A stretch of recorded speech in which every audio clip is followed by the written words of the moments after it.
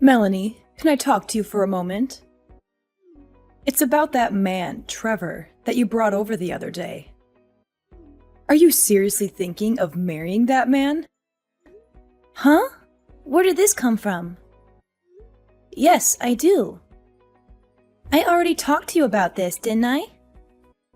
The whole point of me bringing him over was to let you meet him before we started making wedding plans. Yes, of course. I understand that.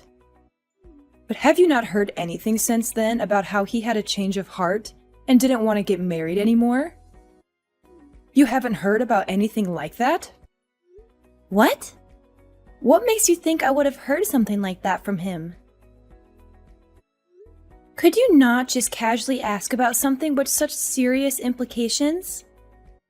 Here I was feeling relieved that it looked like you were getting along really well with him, and now you come out with this talk? Trevor is not the kind of cold-hearted person who would do something like that. Yes, I get it. Your father and I certainly got the impression when we met him that he was quite a sincere person.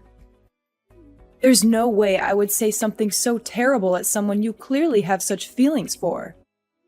Okay, sure, if you say so. But that just begs the question. Why would you go and say something that sounds like you're expecting the two of us to break up? Yes, well, about that. Melanie, I want you to let go of Trevor and let Emily be with him instead. I'm sorry, what? Don't you I'm sorry, me. I made myself quite clear, didn't I? I think Emily is a far better match for Trevor than you are, so she should be the one to marry him. You think what now? I am not going to repeat myself. You need to break off your engagement with Trevor immediately. Hold on. You're being serious right now. This isn't some elaborate joke you're trying to pull? I had a talk with our family, and it has been decided that we're going to have Emily marry Trevor instead of you. Starting today, we are considering Trevor to be engaged to Emily. What the heck are you talking about? We believe that your cute little sister is more than fit to marry Trevor, so there shouldn't be any problems. You're her older sister. There's nothing strange about giving her something she wants, is there? Yes? There's lots of things strange when it comes to giving away the man who proposed to me. An engagement isn't something where you can just switch up one of the people involved, like you're subbing out an injured football player. There's no way Trevor is going to be okay with this. What are you talking about? There isn't a man on earth who wouldn't be happy to marry Emily. I mean, look at her. She's the most beautiful woman in the area. Everyone agrees. With someone like her still single and being such a good match for him, it's not your place to speak up against the idea. I have absolutely no idea what you're talking about. I think I have a right to a say about my own engagement. Thankfully, whether or not you understand doesn't matter. No matter how much you struggle to accept it, we have decided as a family that Emily will marry Trevor. I'll be contacting him shortly about our desire to break up the engagement. So please try not to get in the way of their love, okay? You aren't going to be the one seeing him anymore, understand? Just be a good girl and let it go. Trevor, are you there? My family hasn't tried to bother you about anything, have they? Oh, Melanie, I was just about to contact you actually. Oh no. So someone's already talked to you, haven't they? Yes, they did. Your mother just sent me an extremely troubling message just a minute ago. It was about her saying that I was to start living together with your younger sister without delay. What? That's what she's trying to get you to do? I mean, I don't think this message is your fault, but this still is a bit much. It really threw me for a loop when I first looked at it.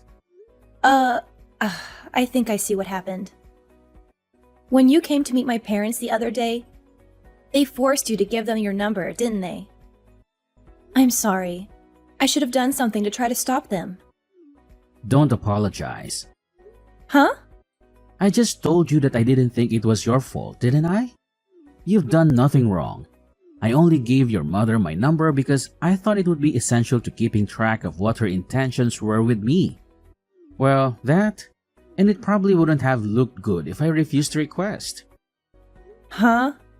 What do you mean, keeping track of her intentions? Well, I didn't tell you about it earlier, but something really strange happened when I came to your parents' house. Your mother quietly came up to me and whispered, "My daughter Emily is much prettier, so I'll have you get engaged to her instead." She kept saying stuff like that. "I'll be sure to get Melanie to break off the engagement so it doesn't look bad for you." I wasn't really sure whether to tell you about this or not at first, but while I was thinking about it, she just kept pestering me with messages. It seems like this is what she was leading up to. Oh, well, she did all that. That's just crazy. I never imagined she would come up with a scheme like this. Yeah, well, when I had first met her, she seemed to be paying very close attention to anything I did. She honestly just seemed overly intense, even when she was staying quiet. Even with that attitude though, I can't say I ever expected her to be planning to try to change the person I would marry until she whispered that to me. Frankly, I still couldn't believe it when she said it. But I also couldn't think of any reason why someone would say something like that as a joke. I am so sorry. Hey, come on. Didn't I already tell you not to apologize? This is your mom's fault, not yours. Anyway, I already sent her a reply, refusing her request, or maybe I should call it her demand with how she was talking. That said, it might be easy for me to just send her a refusal. But getting her to actually accept it is another thing entirely. Yeah, you're definitely right on that one. She's not going to take this lying down. She's the kind of mother who wants to grant every little wish of her favorite daughter. Unfortunately, that favorite daughter is my little sister, not me. Wow, are you serious? It sounds like your life growing up must have been tough. Anyway, what should we do about this? First off, I think you should try to avoid contact with her as best as you can. Avoid her? What do you have in mind? Well, I think there's a pretty likely possibility that she will try to find your address. So you might want to stay somewhere else for a while. My place won't work since she knows where I live already. Do you have a friend or relative you can stay with for a while? I can ask my cousin for help. He doesn't live too far away. He might be able to let me stay with him for a while. Oh, yeah. He's the one who's living alone the next town over, right? Isn't he a college student? Right on both counts. Now that I think about it, it's actually a pretty great plan. Since I'm a freelancer, I don't have any sort of office to report into that your mom can try to barge in on. And since my cousin is in another town, it should be easy for me to lay low there without any chance of just running into her randomly on the street. Yeah, that is a good idea.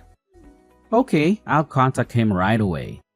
Now that I think about it, my current apartment is going to be undergoing renovation soon. They offered me a deal to vacate my place, so I might just be able to move pretty soon anyway. It's an option at least. I'm really sorry that my stupid mother is making you go to all this trouble. No, don't worry about it. I'll give you a call once things have quieted down, okay? Take care. Thanks. Hopefully things settle down quickly. You be careful too. Hello, Melanie. It looks like you've managed to break off the engagement with Trevor. I'd say you deserve some praise for your understanding. You really have turned into a great older sister, haven't you? You finally learned to think about the happiness of your sister before yourself. What's this now? What are you talking about? I haven't broken off my engagement. What makes you think I have? Pardon me? Oh dear. Are you really still saying things like this? Don't tell me you've been up to no good behind my back. Just what are you scheming? I will never forgive you if you continue trying to steal Emily's happy life away. Okay, I am completely lost. What the heck are you talking about? For starters, Emily and Trevor have never even met each other, right? Even when I brought Trevor over to meet you, Emily was out with some friends or something, right? Well, yes. That day is still yet to come. But once that day comes, they'll be seeing each other all the time. So there won't be a problem. Once that day comes? Are you delusional? How rude.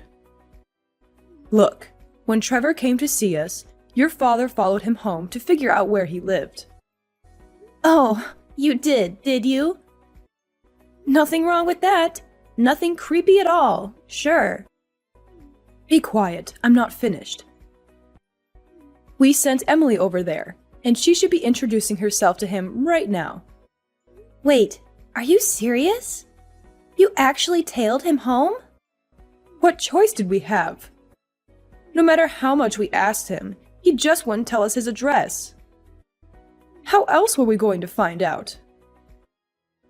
If Emily's going to start dating him, we would need to know his address. It's obvious that it falls to her parents to get that information, isn't it? What are you talking about?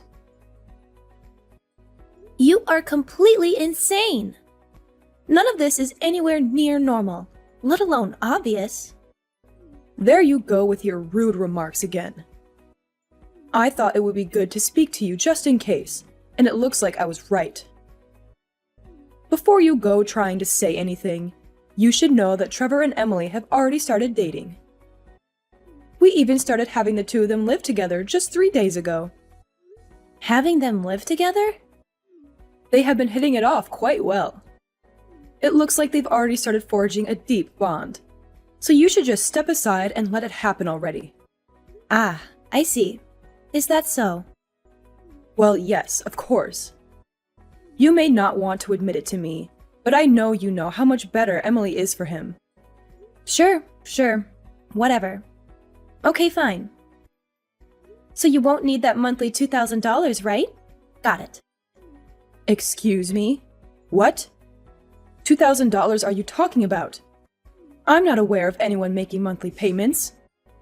Oh, don't tell me you've actually forgotten. Don't you remember? 7 years ago, Dad's old company went bankrupt. Sure, he got a new job pretty quickly. But if you remember, his salary was a pittance compared to his old job. That's why you asked me to send you $2,000 every month to make up for some of the income he lost. Did you really forget? Wait, what? You're telling me that you've still been doing that? That's been continuing these whole 7 years? Well, neither of you ever really talked to me about stopping, so I just kind of kept going along with it.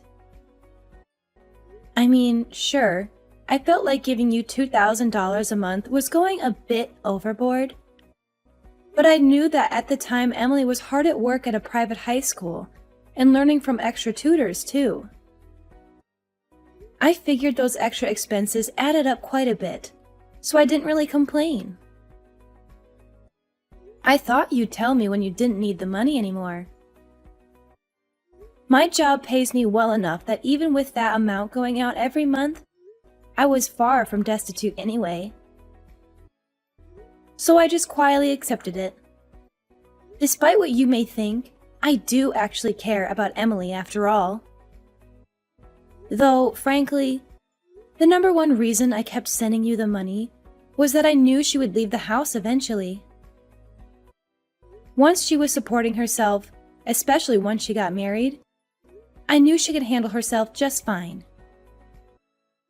I just wanted to support her until then. Since she's leaving now, I figure that Dad's current income is enough to support just the two of you, isn't it? With Emily gone, there's not really any reason for me to keep sending you money anymore, is there? Wait, hold on a moment. If that's how it's going to be, then just wait. I'll bring Emily back here right away. Oh, what's that now? Look, it's fine if you don't want to break off the engagement with Trevor. I won't stop you, okay? So please don't stop sending us the money. Please, just keep sending it like you have up until now. Excuse me? I'm telling you, I'll contact Emily right away. So please, keep sending us the money.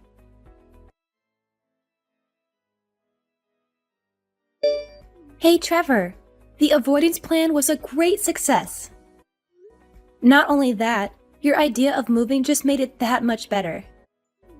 Oh, it was? What, did you hear something from your mom? Yeah, you could say that. When you left my house after meeting my parents, it turns out my dad tailed you. That's how they managed to learn where you live. What? He was tailing me the whole way home. Sometime afterward, it sounds like they sent Emily to your apartment. Are you serious? That's not just creepy. That's downright terrifying. That's not all. Mom told me that Emily had started living with you a few days ago. Wait, she said what? No. I haven't so much as seen her. She's not living with me. Relax, I know. I was certain that wasn't actually the case. Though, now that I think about it, if Mom were to have actually sent Emily to your apartment, where is she now? Wait, hold on. Is something wrong? I just got something from Emily. Apparently, she just called me. That's surprising. I don't remember the last time she actually called me. When I call her, she just doesn't respond. She might be calling because of this whole incident. Why didn't you call her back? Good idea. I'll give her a call. I'll talk to you later.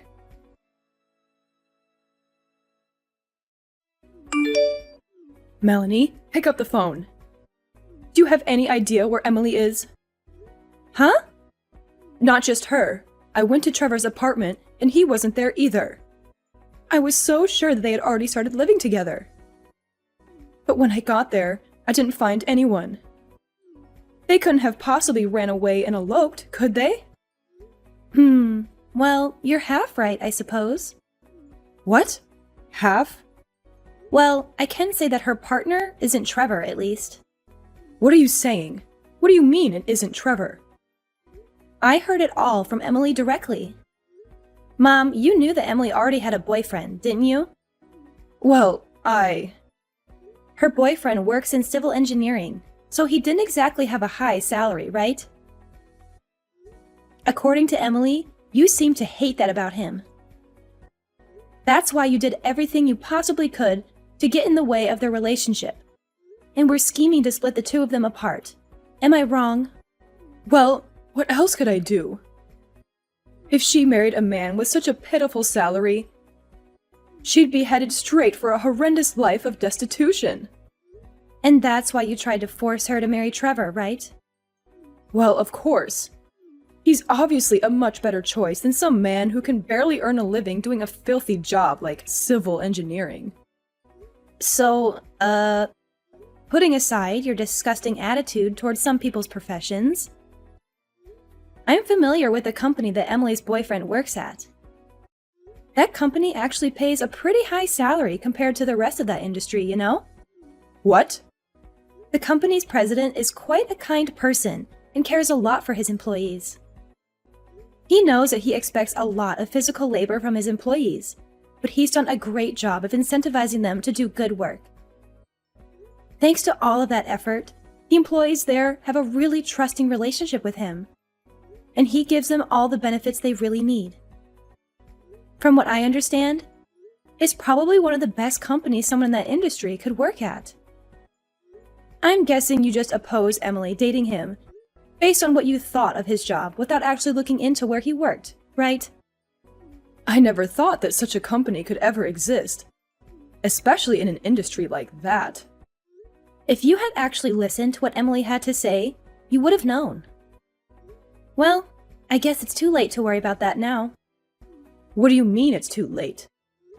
Well, here's the thing. You told Emily to go to Trevor's apartment, right? Well, and what probably would come as no surprise to anyone but you, she didn't. She took your ridiculous demand and used it as a chance to escape from the house that had been shackling her for so long. In other words, she fled to her boyfriend's place. What? She fled? Not only that, apparently they filed their marriage registration not too long ago as well. No way. How do you know all of this? Funny you should ask that. For how much you tried to claim I was getting in the way of her happiness, I still care about her quite a lot. So when Emily called me yesterday, we spent a long time talking with each other about what was happening. Sure, I've always been a bit jealous of how you and Dad always doted on her more than me, but she had her own struggles to deal with too. Yesterday was a day I finally got to hear her true feelings. Hey, Melanie. About that $2,000 you've been sending. What? You think now is a good time to bring that up? Look, your father hasn't received a raise in I don't know how long. And, well, our monthly expenses are a bit... If there's only the two of you living there, you should have no trouble living on Dad's current income. Actually, speaking of income, Mom, why don't you start working as well? What? Me? Work? What are you so surprised about? Yes, I'm saying you should earn some money yourself. This is exactly the time where a husband and wife should be supporting each other, isn't it? Oh, wait. Hold on. That's not... Emily and I have both managed to find amazing spouses. So please just step aside and don't try to get in the way of our happy lives, okay? A few days later, my mom and Dad apparently got divorced with the loss of the extra money from me. Dad was starting to feel the effects of his meager salary. However, he also felt indebted to his current job. He felt like he couldn't let Mom know about it and was hoping she would start working to help support the two of them. But she wasn't budging. He was already feeling doubts about her due to her lack of support when he found out about her selfish attempt to control who Emily and I married. Upon hearing that, it was the last straw for him. Shortly afterward, I received a message from him, and I think Emily did too. It was a thorough apology for everything that happened to us, and an announcement that he had divorced Mom. And so our family was effectively broken up for good. Though it's not like we don't talk to each other. Emily, Dad, and I have a group chat that we use to tell each other about recent events in our respective lives. As for Mom, though, she no longer had a place to call home anymore. She had a number of relatives, but she hadn't spoken with any of them for a very long time, so she didn't have anyone she could depend on. It sounds like she's finally starting to understand how difficult it is to live on her own.